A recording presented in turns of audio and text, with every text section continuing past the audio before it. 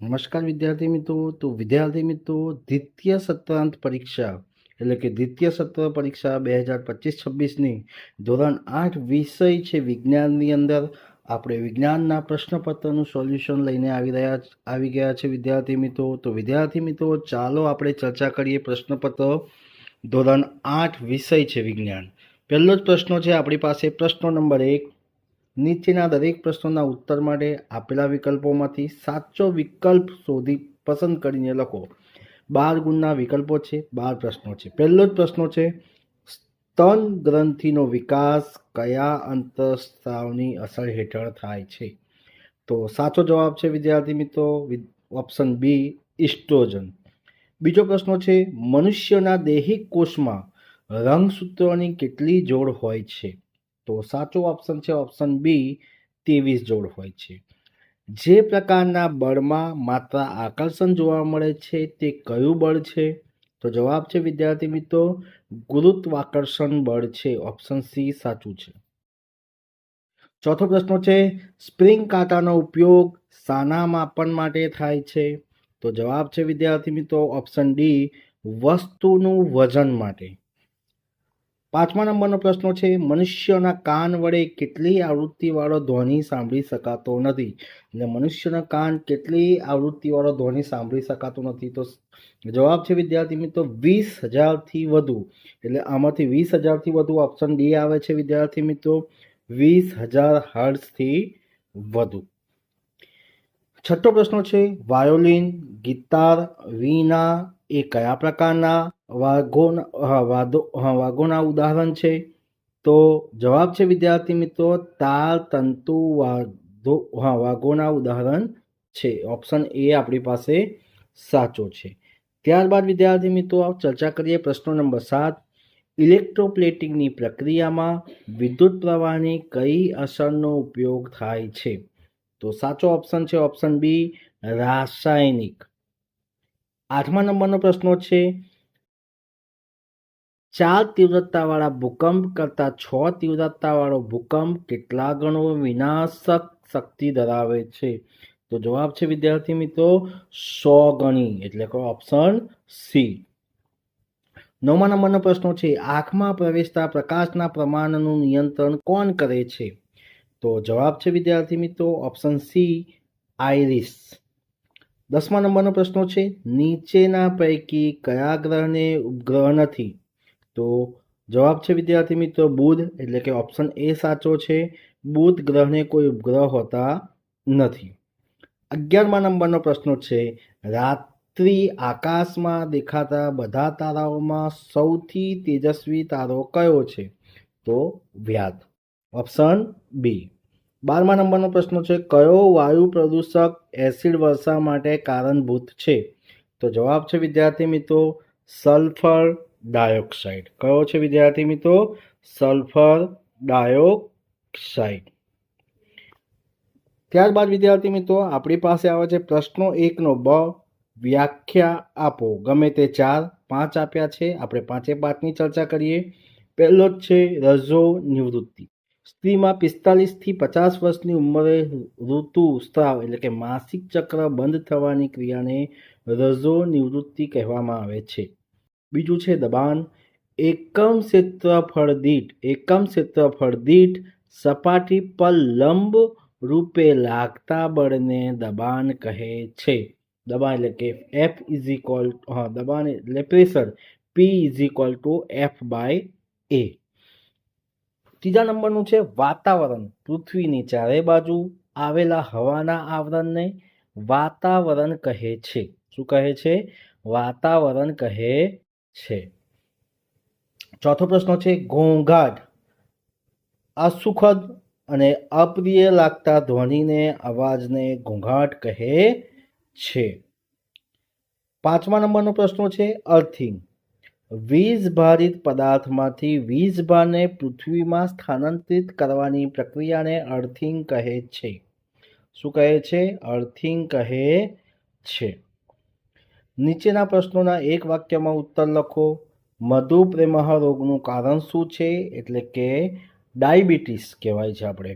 તો ઇન્સ્યુલિન અંતઃસ્ત્રાવની ઉણપને કારણે મધુપ્રેમહ થાય છે, એટલે કે ડાયાબિટીસ થાય છે. બીજો પ્રશ્ન છે, ઘર્ષણ બળનો સંપર્ક બળ કેમ કહે છે? તો જવાબ છે વિદ્યાર્થી મિત્રો, કારણ કે ઘર્ષણ બળ ત્યારે જ ઉદ્ભવે છે જ્યારે બે સપાટી એકબીજાના સંપર્કમાં હોય ત્યારે. ત્રીજો પ્રશ્ન છે, કબડ્ડી રમતા ખેલાડીઓ પોતાના હાથ પર માટી કેમ ઘસે છે? તો જવાબ છે વિદ્યાર્થી મિત્રો, હાથ પર માટી ઘસવાથી સપાટી ખરબચડી બને છે અને ઘર્ષણ વધે છે, જેથી પકડ મજબૂત બને છે. ચોથો પ્રશ્ન છે, ધ્વનિ કેવી રીતે ઉત્પન્ન થાય છે? તો વસ્તુમાંથી થતા ધ્રુજારી અથવા કંપન દ્વારા ધ્વનિ ઉત્પન્ન થાય છે. પાંચમો પ્રશ્ન છે, નળના પાણીમાંથી વિદ્યુત પ્રવાહ પસાર થતા ઉદ્ભવતી રાસાયણિક અસરના કારણે ઇલેક્ટ્રોડ્સ પાસે કયો વાયુ નિર્માણ પામે છે? તો જવાબ છે વિદ્યાર્થી મિત્રો, ઇલેક્ટ્રોડ્સ પાસે ઓક્સિજન અને હાઇડ્રોજન વાયુના પરપોટા નિર્માણ પામે છે. છઠ્ઠો પ્રશ્ન છે, પ્લાસ્ટિકની ફૂટપટ્ટીનો કોરા વાળ સાથે ઘસવાથી તે કાગળના ટુકડાને શા કારણે આકર્ષે છે? તો જવાબ છે વિદ્યાર્થી મિત્રો, વાળ સાથે ઘસવાથી ફૂટપટ્ટી વીજભારિત એટલે કે સ્થિર વિદ્યુત બળ બને છે, તેથી તે કાગળને આકર્ષે છે. સાતમો પ્રશ્ન છે, સમતલ અરીસામાં વસ્તુનું પ્રતિબિંબ કેવું મળે છે? તો જવાબ છે વિદ્યાર્થી મિત્રો, પ્રતિબિંબ આભાસી, છતું અને વસ્તુના કદ જેવડું મળે છે. આઠમો પ્રશ્ન છે, ચંદ્ર પર સૌ પ્રથમ પગ મૂકનાર અવકાશયાત્રી કોણ હતા? તો જવાબ છે વિદ્યાર્થી મિત્રો, ખબર છે બધા, નીલ આર્મસ્ટ્રોંગ ચંદ્ર પર પગ મૂકનાર પ્રથમ વ્યક્તિ હતા. નવમો પ્રશ્ન છે, કયા ગ્રહોને નરી આંખે જોઈ શકાતા નથી? તો યુરેનસ અને નેપચ્યુનને નરી આંખે જોઈ શકાતા નથી. દસમો પ્રશ્ન છે, કયો વાયુ પ્રદૂષકોને મુખ્ય સ્ત્રોત પેટ્રોલિયમ રિફાઇનરીઓ છે? તો જવાબ છે વિદ્યાર્થી મિત્રો, સલ્ફર ડાયોક્સાઇડ અને નાઇટ્રોજન ડાયોક્સાઇડનો મુખ્ય સ્ત્રોત રિફાઇનરીઓ છે.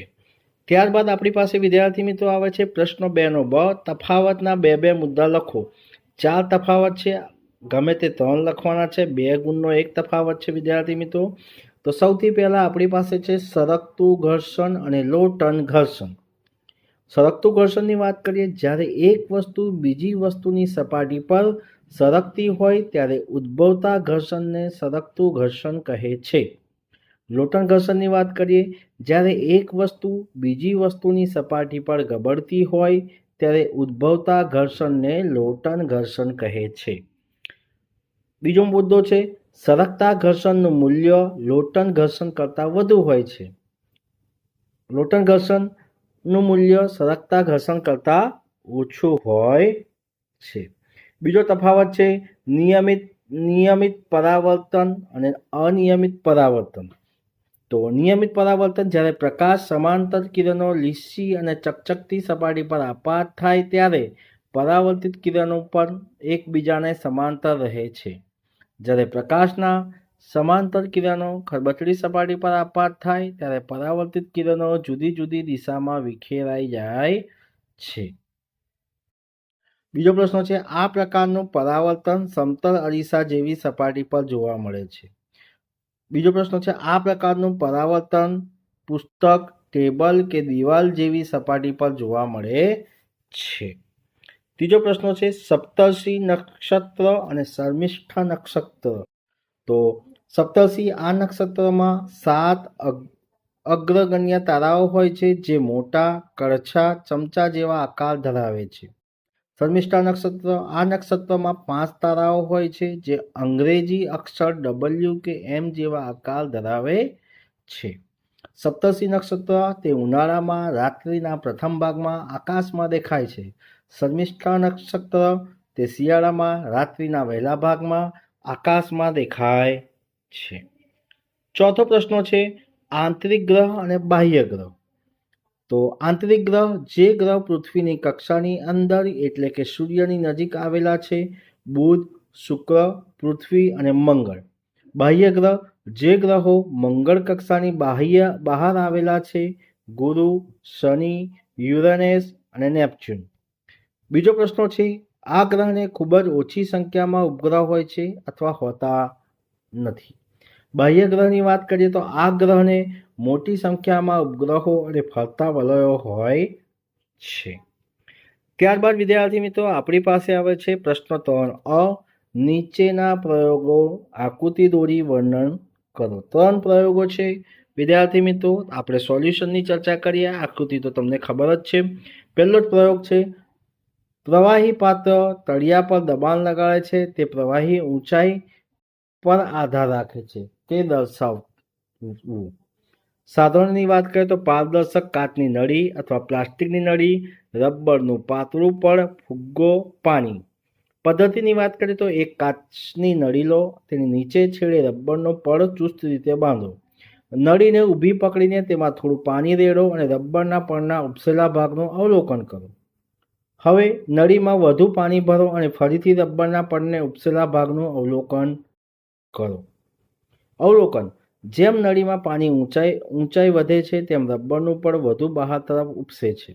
નિર્ણય: અવલોકન કરતા જણાય છે કે પ્રવાહી પાત્રના તળિયા પર દબાણ લગાડે છે અને આ દબાણનું મૂલ્ય પ્રવાહીની ઊંચાઈ વધવાની સાથે વધે છે.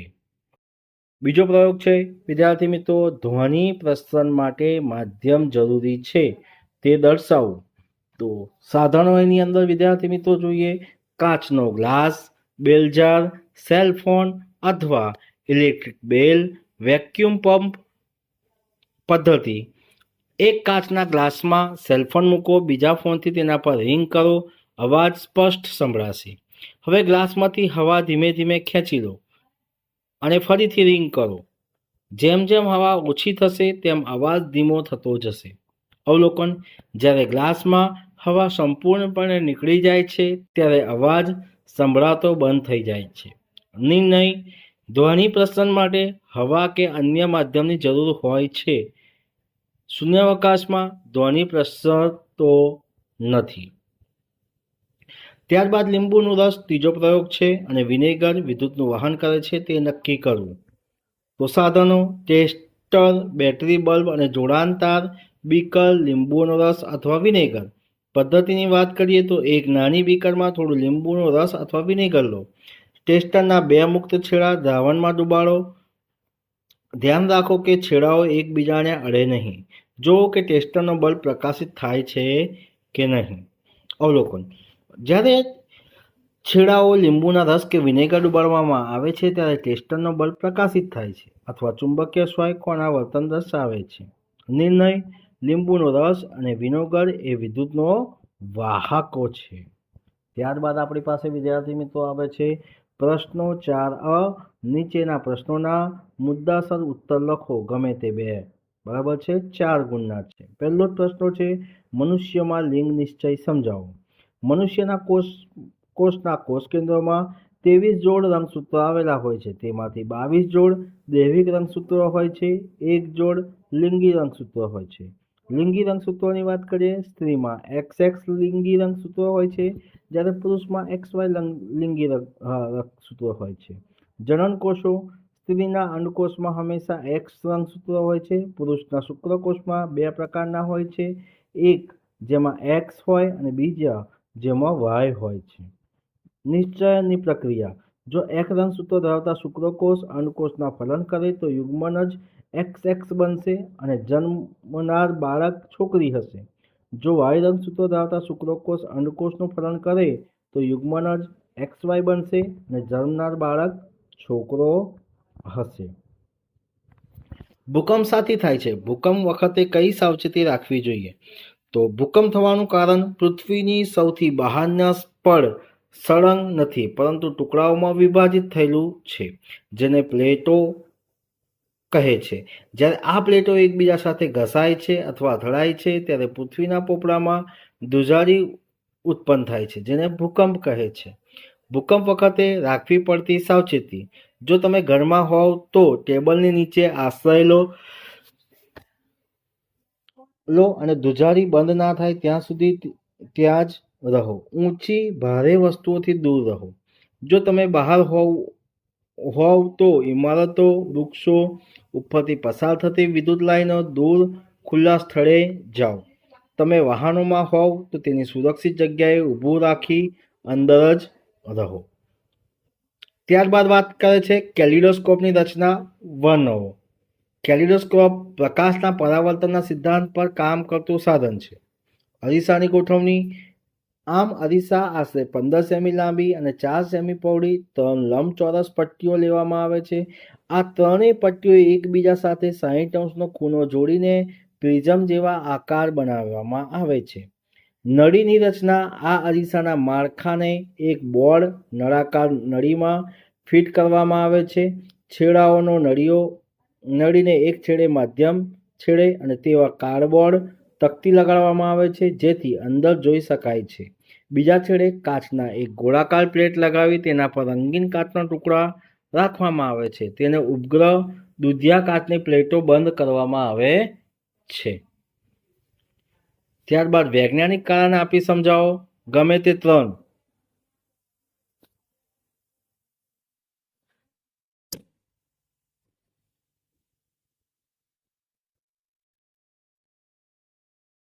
ચાર વૈજ્ઞાનિક કારણો છે વિદ્યાર્થી મિત્રો. સૌથી પહેલા આપણે વાત કરીએ તો પહેલા નંબરનું છે તરુણ વયની વ્યક્તિના ચહેરા પર ખીલની સમસ્યા સર્જાય છે. તરુણ અવસ્થા દરમિયાન શરીર અંતઃસ્ત્રાવી ફેરફાર થાય છે જેના કારણે પ્રસ્વેદ ગ્રંથિઓ અને તેલી ગ્રંથિઓની ક્રિયાશીલતા વધી જાય છે. આ ગ્રંથિઓમાં તેલનો સ્ત્રાવ વધુ થવાને કારણે ત્વચા છિદ્ર ભરાઈ જાય છે જે અંતે ચહેરા પર ખીલ થવાનું કારણ બને છે. બીજો પ્રશ્ન છે લાકડાના પાટિયામાં ખીલીને તેને અણીદાર છેડા પાસે ઠોકવામાં આવે છે. દબાણનો નિયમ. તો pressure is equal to F/A. સપાટીનું ક્ષેત્રફળ જેટલું ઓછું તેના પર લાગતું દબાણ તેટલું જ વધારે હોય છે. ખીલી અણીદાર છેડો ખૂબ જ ઓછું ક્ષેત્રફળ ધરાવે છે તેથી તેના પર હથોડી વડે થોડું બળ લગાડવામાં પણ ઘણું વધારે દબાણ ઉત્પન્ન થાય છે.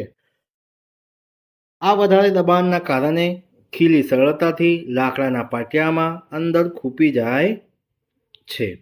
ત્રીજો પ્રશ્ન છે ઊંચી ઇમારત વીજળીના વાહકો રાખવામાં આવે છે. આકાશી વીજળીમાં પ્રચંડ પ્રમાણમાં વિદ્યુતભાર હોય છે જે ઊંચી ઇમારતોને નુકસાન પહોંચાડી શકે છે અથવા આગ લગાડી શકે છે.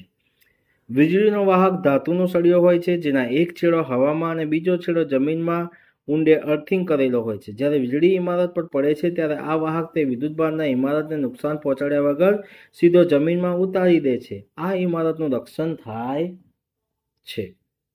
ચોથા નંબરનો પ્રશ્ન છે આપણે નદીનું પ્રદૂષણ અટકાવવું જોઈએ કારણ કે નદી પાણી ખેતી પીવા અને ઉદ્યોગ માટે મુખ્ય સ્ત્રોત છે. પ્રદૂષિત પાણી રોગચાળો ફેલાવે છે. પાણીમાં ભળતા રાસાયણિક કચરાને કારણે જળચર પ્રાણીઓ વનસ્પતિઓનો નાશ થાય છે જે પર્યાવરણની સંતુલન બગાડે છે. પીવાલાયક શુદ્ધ પાણી અછત ના સર્જાય તે માટે નદીઓને પ્રદૂષિત થતી અટકાવવા અનિવાર્ય છે. પ્રશ્ન બ. નીચેના પ્રશ્નોના ઉત્તર ટૂંકમાં લખો. બરાબર છે. કુલ 5 પ્રશ્નો છે, કોઈ પણ 4 લખવાના છે. પહેલા જ પ્રશ્નોની ચર્ચા કરીએ વિદ્યાર્થી મિત્રો. તો રજો દર્શન અને રજો નિવૃત્તિ વચ્ચેનો ભેદ સ્પષ્ટ કરો. રજો દર્શન તો યુવાન રંભની શરૂઆતમાં થતા પ્રથમ ઋતુસ્રાવને રજો દર્શન કહેવામાં આવે છે. રજો નિવૃત્તિ સ્ત્રીમાં સામાન્ય રીતે 45 થી 50 વર્ષની ઉંમરે ઋતુસ્રાવ બંધ થઈ જાય તેને રજો નિવૃત્તિ કહેવામાં આવે છે. ત્યારબાદ આપણી પાસે આવે છે બળ એટલે શું. જુદા જુદા ઉદાહરણો દ્વારા તેની સમજૂતી આપો. વ્યાખ્યા વાત કરીએ તો પદાર્થને ધકેલવું કે ખેંચવા તેને બળ કહેવામાં આવે છે. ઉદાહરણ ટેબલ પર પડેલા પુસ્તકને ગતિ કરવા માટે તેને ધકેલવું, દરવાજો ખોલવા માટે તેને ખેંચવો, કૂવામાંથી પાણીની ડોલ ખેંચવી, ફૂટબોલના ખેલાડી દ્વારા બોલને કિક મારવી. વસ્તુની ધરારેખી સુવાહી આકાર એટલે શું. કઈ પરિસ્થિતિમાં વસ્તુનો આવો આકાર ફાયદાકારક છે.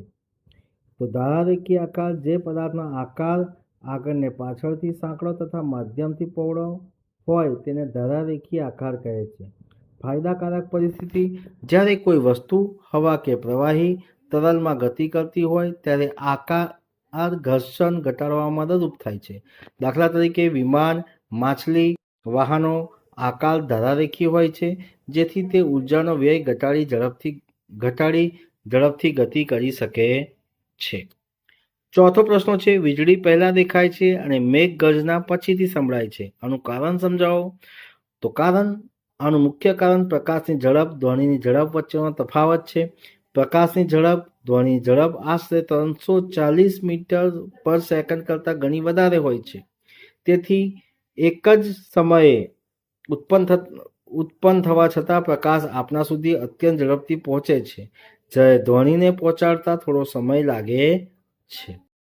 પાંચમો પ્રશ્ન છે, વિદ્યુત ટેસ્ટરના પ્રકાર જણાવી કયું ટેસ્ટર કઈ પરિસ્થિતિમાં વપરાય છે તે જણાવો. તો વિદ્યુત ટેસ્ટરના મુખ્ય બે પ્રકાર છે. એલઈડી ટેસ્ટર, જ્યારે પરિપથમાં વિદ્યુત પ્રવાહ ઘણો નિર્બળ હોય ત્યારે આ ટેસ્ટર વપરાય છે, કારણ કે તે ઓછા પ્રવાહમાં પણ પ્રકાશિત થાય છે. ચુંબકીય હોકાયંત્ર સોય વાળું ટેસ્ટર, જ્યારે પ્રવાહ એટલો નિર્બળ હોય કે બલ્બ પ્રકાશિત ના થઈ શકે ત્યારે વિદ્યુત પ્રવાહની ચુંબકીય અસર પારખવા માટે આ ટેસ્ટરનો ઉપયોગ થાય છે. બરાબર છે. ત્યારબાદ વિદ્યાર્થી મિત્રો પ્રશ્ન 5 નીચેના પ્રશ્નોના ઉત્તર લખો. કુલ 5 પ્રશ્નો છે વિદ્યાર્થી મિત્રો. 5 પ્રશ્નોના જવાબની આપણે જો ચર્ચા કરીએ તો પહેલા નંબરનો પ્રશ્ન છે, ગાજવીજ સાથે તોફાન દરમિયાન કઈ જગ્યાઓ હોવું સુરક્ષિત નથી. તો ગાજવીજ સાથે તોફાન દરમિયાન નીચેની જગ્યાઓ સુરક્ષિત નથી. ખુલ્લું મેદાન, ઊંચા વૃક્ષો, બગીચા, આશ્રય સ્થાન સુરક્ષિત નથી. ખુલ્લા વાહનો જેવા કે મોટરસાયકલ, ટ્રેક્ટર અને બાંધકામને મશીનોમાં બેસવું સુરક્ષિત નથી. ધાતુના થાંભલા કે ધાતુની વસ્તુઓ પાસે હોવું જોખમી છે. ઊંચી ઇમારતો, ધાબા કે ટેરેસ પર રહેવું સુરક્ષિત નથી. બીજું છે, પ્રકાશના પરાવર્તનના નિયમ જણાવો. તો પ્રકાશના પરાવર્તનના 2 નિયમો છે. આપાત કોણ અને પરાવર્તન કોણનું મૂલ્ય હંમેશા સમાન હોય છે, એટલે I નું મૂલ્ય સરખું છે. બીજો નિયમ છે, આપાત કિરણ, પરાવર્તન કિરણ, આપાત બિંદુની સપાટીએ દોરેલા લંબ આ ત્રણેય એક જ સમતલમાં હોય છે. લઘુગ્રહ વિશે ટૂંકમાં માહિતી આપો. મંગળ અને ગુરુની કક્ષા વચ્ચે આવેલી ખૂબ મોટી જગ્યામાં અસંખ્ય નાના પદાર્થો આવેલા છે, જે સૂર્યની આસપાસ ફરે છે. તેને લઘુગ્રહ કહે છે. આ પદાર્થને ટેલિસ્કોપની મદદથી જ જોઈ શકાય છે. તેઓ ગ્રહનું નિર્માણ વખતે બાકી રહી ગયેલા અવકાશી ટુકડાઓ હોવાનું માનવામાં આવે છે. કૃત્રિમ ઉપગ્રહ એટલે શું? ભારતે છોડેલા 2 કૃત્રિમ ઉપગ્રહના નામ આપો. તો વ્યાખ્યા, માનવ દ્વારા તૈયાર કરવામાં આવેલા પદાર્થ જે પૃથ્વીની આસપાસ ચોક્કસ કક્ષામાં પરિભ્રમણ કરે છે તેને કૃત્રિમ ઉપગ્રહ કહે છે. કૃત્રિમ ઉપગ્રહ કુદરતી ઉપગ્રહ કરતાં પૃથ્વીની ઘણી નજીક રહીને પરિક્રમા કરે છે. ભારતના કૃત્રિમ ઉપગ્રહ આર્યભટ્ટ, ઇન્સટ અથવા રોહિણી, IRS, ઇડ્યુસેટ વગેરે છે. 5મો પ્રશ્ન છે, પીવાલાયક પાણી એટલે શું? તેના ગુણધર્મો જણાવો. તો પીવાલાયક પાણી, જે પાણી કોઈપણ જાતના પ્રદૂષકો કે રોગકારક સૂક્ષ્મજીવોનો વગરનું અને સ્વાસ્થ્ય માટે સુરક્ષિત હોય તેને પીવાલાયક પાણી કહે છે. તેના ગુણધર્મોની વાત કરીએ તો તે રંગહીન, ગંધહીન, પારદર્શક હોવું જોઈએ. તેમાં હાનિકારક ક્ષાર કે કેમિકલ્સ ના હોવું જોઈએ. તે બેક્ટેરિયા અને અન્ય જીવાણુઓથી મુક્ત હોવું જોઈએ. તેમાં પૂરતા પ્રમાણમાં ઓગળેલ ઓક્સિજન હોવો જોઈએ. ત્યારબાદ પ્રશ્ન 2 આવે છે, નીચેના પ્રશ્નોના ઉત્તર લખો ટૂંકમાં. કઈ ગ્રંથિ માથામાં આવેલી છે? તે પિટ્યુટરી ગ્રંથિ. હર્ષ શાનો એકમ છે? તો આવૃત્તિનો. પૃથ્વીમાં થતી ધ્રુજારી તરંગોને માપવા કયું સાધન વપરાય છે? સિસ્મોગ્રાફ અથવા સિસ્મોમીટર. વિટામિન એની ઉણપથી આંખનો કયો રોગ થવાની સંભાવના છે? તાંદળુપણું. ત્યારબાદ પ્રશ્નો ક, ખાલી જગ્યા પૂરો. જમીનથી ઊંચાઈ જેમ વધે છે તેમ વાતાવરણનું દબાણ ઘટે છે. બીજો પ્રશ્ન છે, સૂર્યમંડળનો સૌથી સુંદર દેખાતો ગ્રહ તો શનિ છે. ત્યારબાદ નીચેના વિધાન ખરા છે કે ખોટા તે જણાવો. સ્ત્રીમાં પ્રજનનકાળની અવધિ રજોદર્શનથી રજોનિવૃત્તિ સુધીનું હોય છે. આપેલું વિધાન બિલકુલ સાચું. ઘર્ષણના લીધે વાહનો રસ્તા પર ચાલી શકે છે. તો આ વિધાન બિલકુલ સાચું છે. ત્યારબાદ આપણી પાસે આવે છે પ્રશ્ન નંબર 3, પૃથ્વીનું સૌથી બહારનું પડ સળંગ નથી પરંતુ તે ટુકડાઓમાં વિભાજિત થયેલું છે. આપેલું વિધાન બિલકુલ સાચું. ચોથો પ્રશ્ન છે, પારજાંબલી અલ્ટ્રાવાયોલેટ કિરણો ઓઝોન સ્તરને નુકસાન કરે છે. તો આ વિધાન બિલકુલ ખોટું છે. તો વિદ્યાર્થી મિત્રો, આ હતું ધોરણ 8 વિષય છે વિજ્ઞાન, જે દ્વિતીય સત્રાંત પરીક્ષાના પ્રશ્નપત્રનું સોલ્યુશનની ચર્ચા કરી. વિદ્યાર્થી મિત્રો, આ એક મોડલ પ્રશ્નપત્ર છે. તો વિદ્યાર્થી મિત્રો, આ વિડીયો તમને ગમ્યો હોય તો લાઈક કરજો, શેર કરજો અને કમેન્ટ કરજો. અને જો વિદ્યાર્થી મિત્રો તમે ચેનલને સબસ્ક્રાઈબ ના કરી હોય તો ચેનલને સબસ્ક્રાઈબ જરૂરથી કરજો. જય હિન્દ, જય ભારત.